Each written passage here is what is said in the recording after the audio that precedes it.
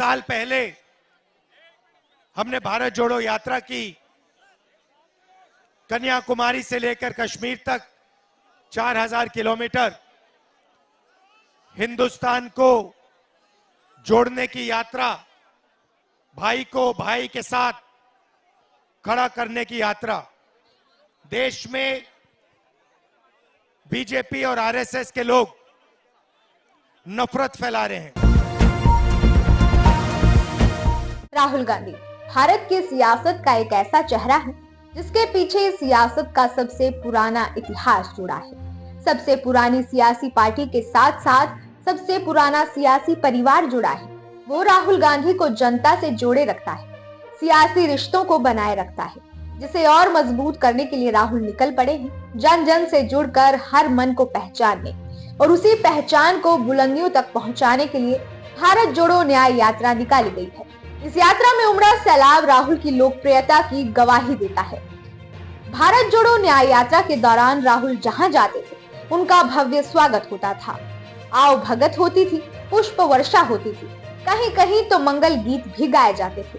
वैसे सत्ता में रहते हुए स्वागत सत्कार की तस्वीरों में मिलावट हो सकती है, लेकिन जब हाथ में कुछ ना हो तो फिर ऐसी तस्वीरों की कल्पना करना थोड़ा मुश्किल हो जाता है। पर भारत जोड़ो न्याय यात्रा के दौरान लोगों का प्यार और सम्मान हर वक्त दिखाई दिया, जिससे कांग्रेस के धुंधले पड़े पन्नों को फिर से पढ़ने की कोशिश की जाने लगी। राहुल की इन तस्वीरों को देखकर कुछ लोगों के मन में सवाल है, तो कुछ लोगों को उनके व्यक्तित्व में बदलते स्वरूप की झलक दिख रही है। कुछ लोगों को राहुल गांधी के नजरिए में भी फर्क महसूस हो रहा है, तो कुछ लोगों को लग रहा है कि जिस तरह से राहुल को बदनाम किया गया वो उनके सामाजिक और व्यक्तिगत जीवन का हिस्सा नहीं है। राहुल उससे बिल्कुल अलग है। इसमें कोई दो राय नहीं कि राहुल गांधी की भारत जोड़ो यात्रा ने कमाल दिखाया था। कांग्रेस को नई जमीन तलाशने का विकल्प दिया था। हिमाचल प्रदेश में एक बार फिर से कांग्रेस को सत्ता में लौटने का विकल्प दिया। कर्नाटक में राहुल गांधी के प्रचार तंत्र ने बीजेपी के किले को उखाड़ फेंका। और तेलंगाना एक ऐसा राज्य जिसका गठन कांग्रेस की यूपीए सरकार ने जून 2014 में किया। वहां से करीब कांग्रेस को वापसी करने में 9 साल 187 दिन का वक्त लग गया। तब जाकर रेवंत रेड्डी की अगुवाई में तेलंगाना में कांग्रेस सरकार बनाने में कामयाब हुई। इन सबके पीछे राहुल गांधी की ही कोशिश है। ऐसा न सिर्फ कांग्रेसियों को बल्कि देश की जनता को भी अब लग रहा है। ये किसी करिश्मे से कम नहीं था, क्योंकि जब कांग्रेस अपने सबसे बुरे दौर से गुजर रही थी तब दक्षिण के राज्यों में कांग्रेस विस्तार करने में सफल हुई।